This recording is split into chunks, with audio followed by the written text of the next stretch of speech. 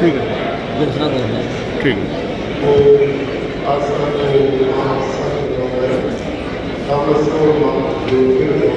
बाद में लेकर जाएंगे।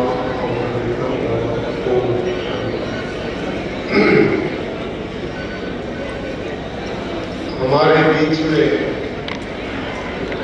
हरियाणा प्रदेश के महामहिम राज्यपाल, जिनका अभी हमने हृदय की गहराई का और आर्य समाज से किस ढंग से वो हैदराबाद में रहते हुए जुड़े रहे, अभी वक्तव्य सुना, ऐसे आदरणीय महामहिम बंडारू दत्तात्रेय जी, उनका मैं विशेष रूप से अपनी ओर से, आर्य प्रतिनिधि सभा और आप सबकी ओर से आभार व्यक्त करता हूं, क्योंकि उन्होंने मेरे फोन पर ही मेरे आग्रह को स्वीकार किया और आज के हमारे इस कार्यक्रम की गरिमा को बढ़ाया, हम सबका मार्गदर्शन किया और आर्य समाज के कार्यक्रम को गति देने के लिए 31 लाख रुपए का सहयोग भी दिया। उनका विशेष में आभार व्यक्त करता हूँ। उसी प्रकार से हमारे बीच में पधारे हरियाणा के यशस्वी, ऊर्जावान युवा शिक्षा मंत्री आदरणीय श्री महिपाल ढांडा जी, जिनके ओजस्वी विचारों को आपने सुना और उनमें आर्य समाज के लोगों से जो इच्छाएं, आकांक्षाएं राष्ट्र के लिए उन्होंने बहुत ओजस्वी भाव से हमारे बीच में विचारों को रखा। उनको भी मैंने फोन पर ही निवेदन किया था इस कार्यक्रम के लिए, उन्होंने भी मेरी प्रार्थना को स्वीकार किया, हमारे बीच में आए और एक दिन उसी दिन मेरे को कहने लगे, आर्य समाज के परिवार में मुझे भी जोड़ो। मैंने कहा आपको जोड़ने की जरूरत नहीं, आपके सारे बुजुर्ग, हम सबके बुजुर्ग आर्य थे और हम उनकी संतान हैं, इसलिए आर्य समाज खुला है सबके लिए, तो वह हमारे परिवार का अंग है और आज और बन गए हैं।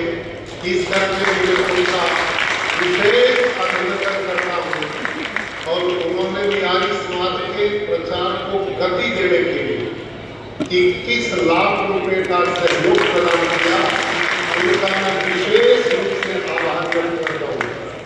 हमारे मंच पर आर्य समाज के सभी आदरणीय संतगण विराजमान है, सन्यासीगण विराजमान है, मैं सबका हार्दिक अभिनंदन और स्वागत करता हूँ। आर्य प्रतिनिधि सभा के प्रधान श्री देशवंत तिवारी जी, महामंत्री श्री उमेश शर्मा जी और दिल्ली आर्य प्रतिनिधि सभा के महामंत्री आदरणीय श्री बीना आर्य जी और मुंबई आर्य प्रतिनिधि सभा के प्रधान श्री हरीश आर्य जी और आर्य प्रतिनिधि सभा के सभी अंतरंग के सदस्यगण, आदरणीय श्री डॉक्टर कुलवीर चिकारा जी, सूचना आयुक्त हरियाणा, डॉक्टर राजेंद्र विद्यालंकार जी, और मैं बैठा बैठा सबके चेहरे को लंबे समय से देख रहा हूं। मेरे परिवार के लोग हैं, मैं आपके परिवार का हिस्सा। पूरे हरियाणा प्रदेश के कोने कोने से बड़ी संख्या में पधारे मेरे आर्य बुजुर्गों, युवा बंधुओं और सम्मानित मेरी माताओं, बहनों, बेटियों, आप सबको आज के इस महासम्मेलन की मैं बहुत बहुत बधाई और साधुवाद देता हूँ। आर्य प्रतिनिधि सभा के सभी अधिकारियों ने, अंतरंग के सदस्यों ने, आप सब आर्यों ने मिलकर इस कार्यक्रम को सफल बनाने के लिए जो मेहनत और प्रयास किया है, उसके लिए भी सबको मैं बहुत बहुत बधाई देता हूँ। भाइयों बहनों, पिछले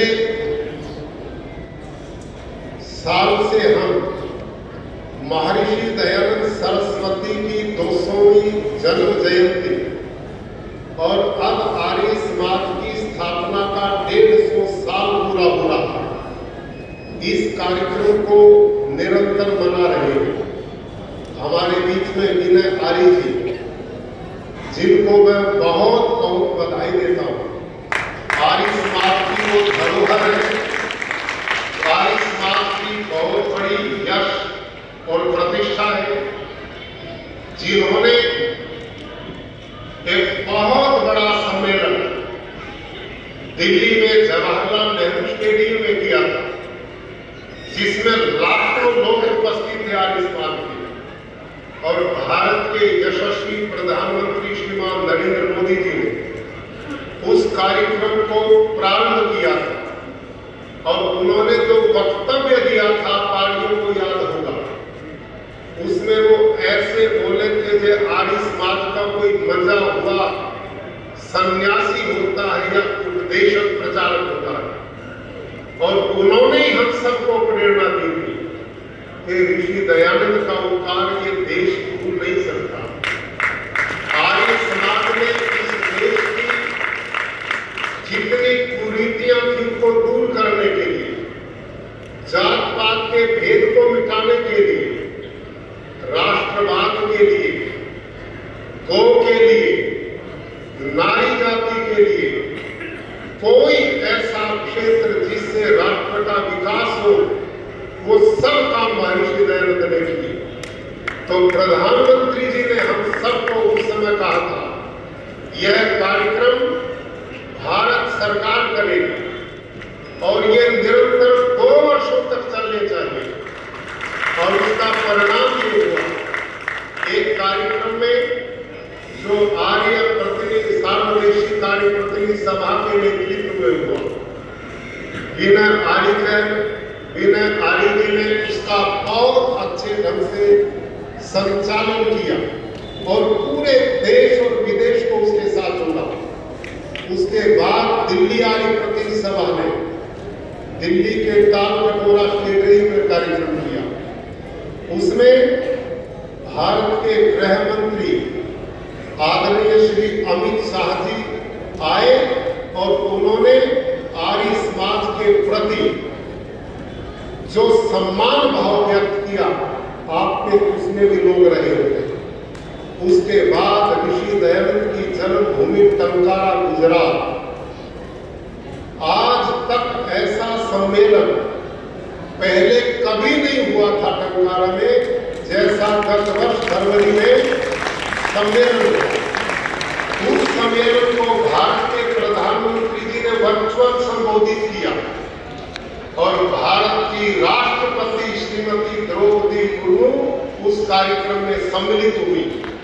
गुजरात के मुख्यमंत्री इस कार्यक्रम में रहे और अनेक ऐसे नेता और विद्वान वहां पर उपस्थित हुए।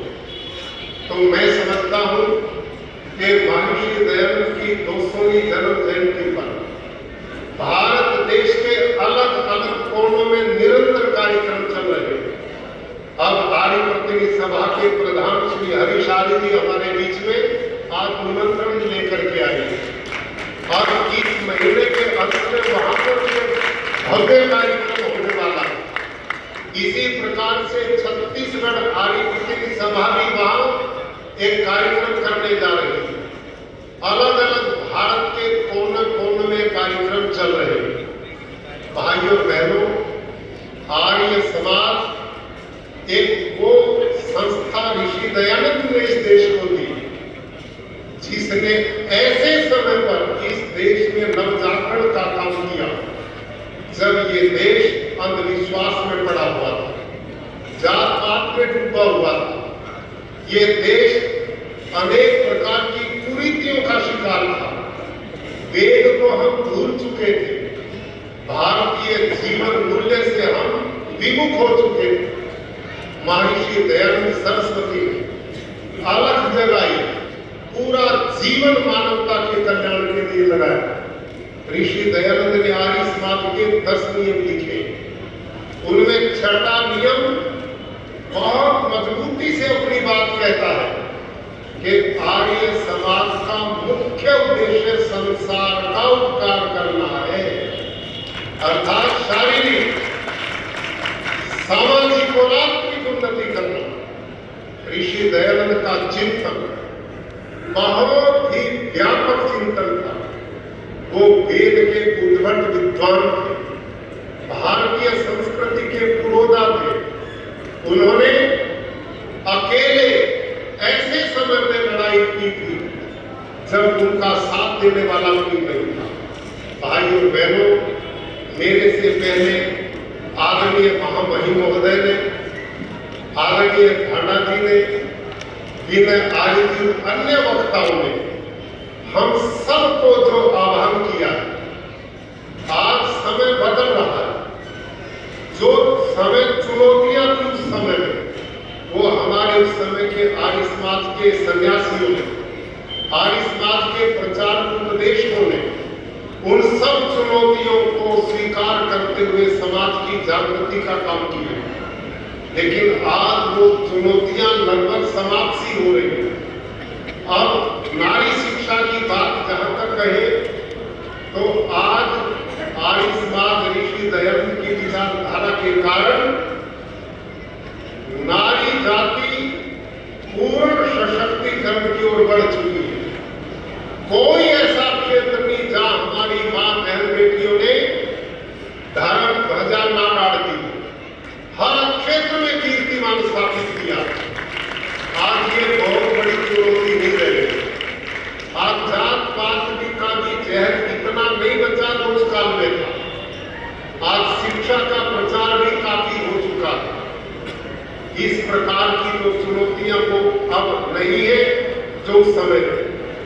अब आर्य समाज में ऐसे कुछ सिद्धांतों को पकड़ना चाहिए, ऐसी कुछ आज की कमजोरियों को देखना चाहिए जिनको पकड़ करके हम लोगों के बीच में जा सके, लोगों के काम आ सके, देश को आगे बढ़ाने में सहयोग कर सके। ऐसे विचार करके हमने आगे बढ़ने की आवश्यकता है। और उसमें मेरे से पहले भी कहा गया, महर्षि दयानंद सरस्वती ने आर्य समाज की स्थापना मुंबई में 1875 में की थी। लेकिन आर्य समाज की स्थापना से 2 साल पहले स्वामी दयानंद ने एक संस्था बनाई थी, गो कृषि आदि रक्षणी सभा। गो कृषि आदि रक्षणी सभा मानो भारत की कृषि और गौ माता आधारित जो लोगों का स्वास्थ्य भी प्रदान करती है, पर्यावरण को भी बचाती है, जल का भी संरक्षण करती है, धरती मां को भी बचाने का काम करती है, लोगों के स्वास्थ्य को बचाने का भी काम करती है, और गौ माता को भी बचाने का काम करती है, और देश का धन बचाने का काम करती है। मेरे आर्य भाइयों बहनों, ये ऐसा ज्वलंत विषय आज है। घर घर में आज कैंसर की दस्तक दे रहा है। घर घर में डायबिटीज के रोगी हो रहे हैं। छोटे छोटे बच्चे कैंसर से पीड़ित हैं। जहां देखो अस्पताल भरे पड़े, डॉक्टरों की फौज है, इलाज नहीं मिल रहा। आज ये एक ऐसा गंभीर विषय है कि आर्य समाज एक इस विषय को पकड़ ले तो एक काम तो एक दिखाई पड़ता है, इसके लाभ बहुत ज्यादा है। ग्लोबल वार्मिंग बहुत बड़ी समस्या दुनिया की बन चुकी है। आज अमेरिका जैसे देश के जंगल जल रहे, कहीं बर्फीले तूफान आ रहे, अरब के देशों में जहां के लोग भारत में हवाई जहाज से टिकट लेके आते थे और ये देखते थे वर्षा कैसे होती है, बादल कैसे होते, वो अरब के लोग यहाँ आकर के देखते थे।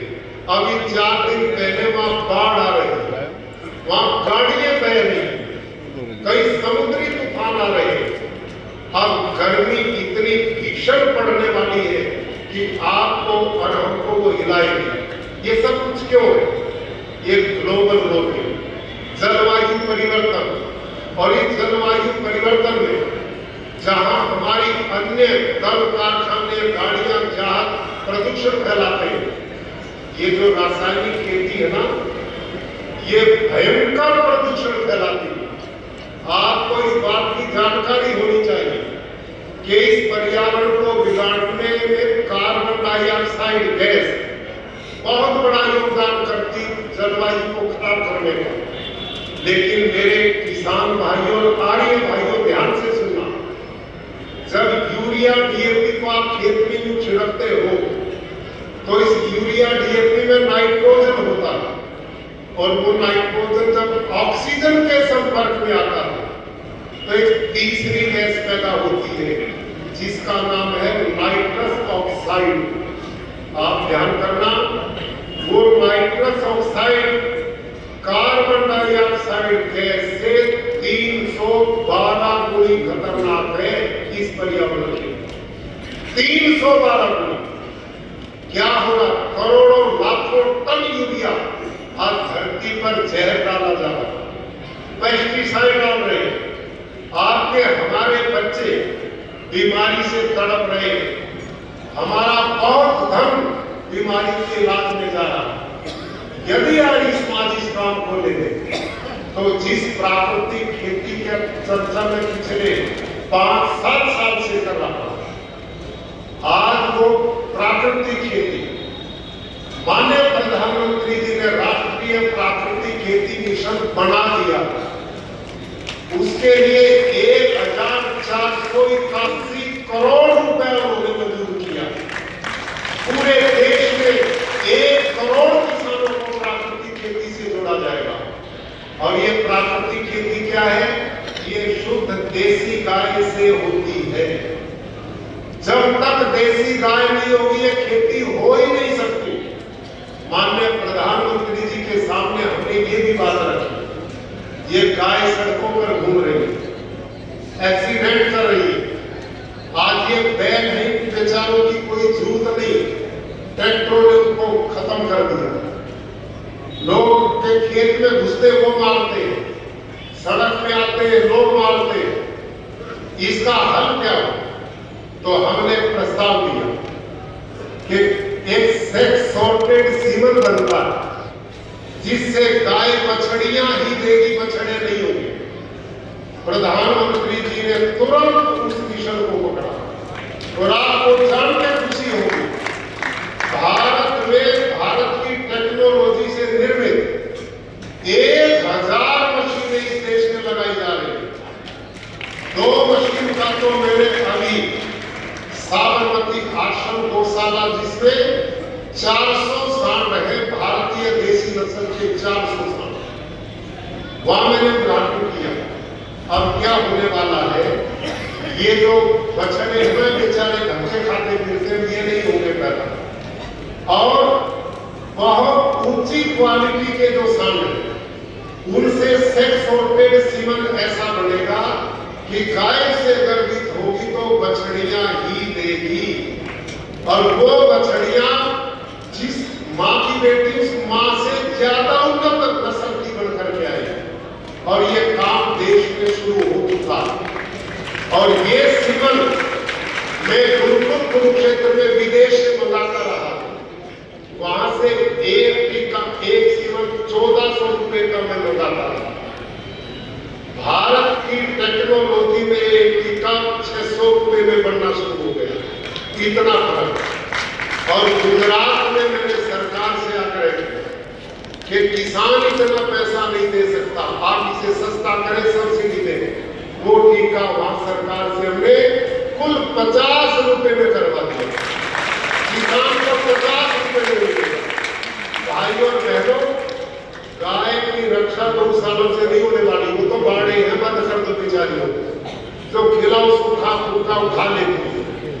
गाय की रक्षा होगी जब गाय किसान के खूंटे पर जाएगी, और गाय किसान के खूंटे पर तब जाएगी जब वो लाभकारी होगी, और लाभकारी वो तब होगी जब उसकी नस्ल का सुधार होगा। और ये काम आज देश में हो चुका है। अब ये मिशन चल पड़ा है।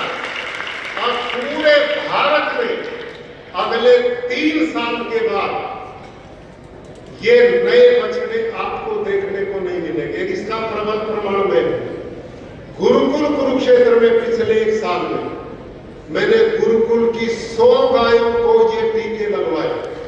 100 में से 92 बछड़ियां मेरे यहाँ पैदा हुई। 92 बछड़े। तो आप आड़ियों गौ माता की जय बोलो, गौ माता की जय, गौ माता की जय। ना दूध पिएंगे ना गौ पालेंगे, गौ माता की हो जाएगी, क्यों भाई हो जाएगी। ना तो गाय पालते और ना उसका दूध पीते, बताओ जी कैसे।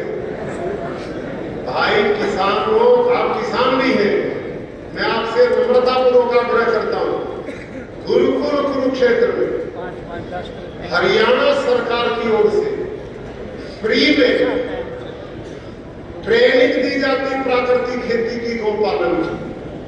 आप कभी समय निकालो, वहां का 180 एकड़ का फार्म भी देखो और गाय से कैसे आप लाभ करेंगे।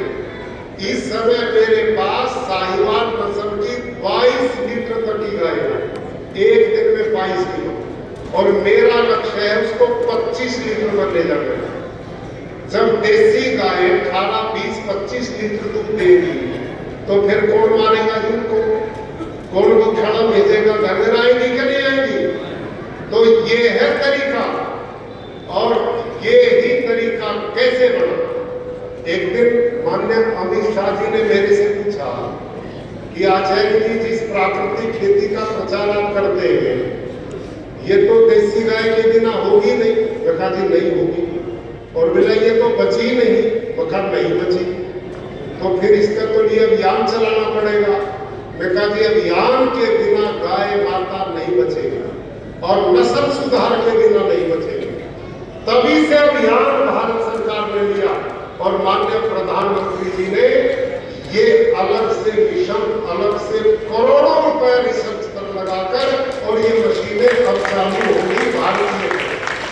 तो इतना पॉजिटिव काम देश में हो रहा। अब आप सबसे मेरा निवेदन है, आर्य समाज का प्रचार पूरे हरियाणा प्रदेश के गांव-गांव के अंदर तेजी से बढ़ना चाहिए। भाई गुरुकुल कुरुक्षेत्र में 2012 से हमारा शताब्दी वर्ष था, उसी साल से 18 प्रचार खबरें रखे हुए, रात दिन गांव-गांव के अंदर वो प्रचार करते हैं। 300 साढ़े 300 नई आर्य समाजों की स्थापना उन्होंने की। ऐसे ही मेरा आपसे निवेदन है, मैं आपके चेहरे देख रहा हूं, कितने ही लोग ऐसे बैठे हैं जो आर्य समाजों से जुड़े। अपने जितेंद्र आर्य जी सामने डीओ महोदय, डीओ से रिटायर्ड प्रिंसिपल रहे, इनके पूज्य पिता जुआ महाराज से धर्मपाल आर्य जी आज तक नाम जानता हूं। कितने दीवाने वो लोग थे, आप उनसे आग्रह करता हूं। ऐसे और विजय सिंह जी, सोमवीर भाई, और ऐसे एक नहीं, आप जितने बैठे हैं इन सब से मेरा निवेदन है कि अब थोड़ा थोड़ा समय निकालो और 2-2, 3-3 जिलों के ऐसे ऐसे कार्यक्रम करो। अभी मैं 10 ही दिन पहले नरेंद्र आर्य जी, डॉक्टर नरेंद्र आर्य, जिन्होंने रेवाड़ी में अपने वहां जाकर के भव्य कार्यक्रम किया, ऐसे आप कार्यक्रम करो पूरे प्रदेश में, और 3-3, 4-4 जिलों के आर्य समाज के कार्यक्रम करो, और सब में मैं आऊंगा, सभी कार्यक्रमों में मैं आऊंगा। तो ये काम बढ़ना चाहिए आर्य समाज का, इसकी बहुत बड़ी जरूरत है। आर्य समाज युवा पीढ़ी में, जैसे महामहिम महोदय ने भी बताया, नशा बहुत बड़ी चुनौती बन गया। इसमें दुनिया भर के सूखे नशे घर घर के आ रहे हैं, हमारी आने वाली पीढ़ियां बर्बाद हो रही है। हम सबका धर्म बनता है कि इस प्रकार का अभियान चलाया जाए ताकि युवा पीढ़ी को व्यसनों से मुक्त किया जाए, उनको योग, प्राणायाम, शारीरिक स्वास्थ्य के साथ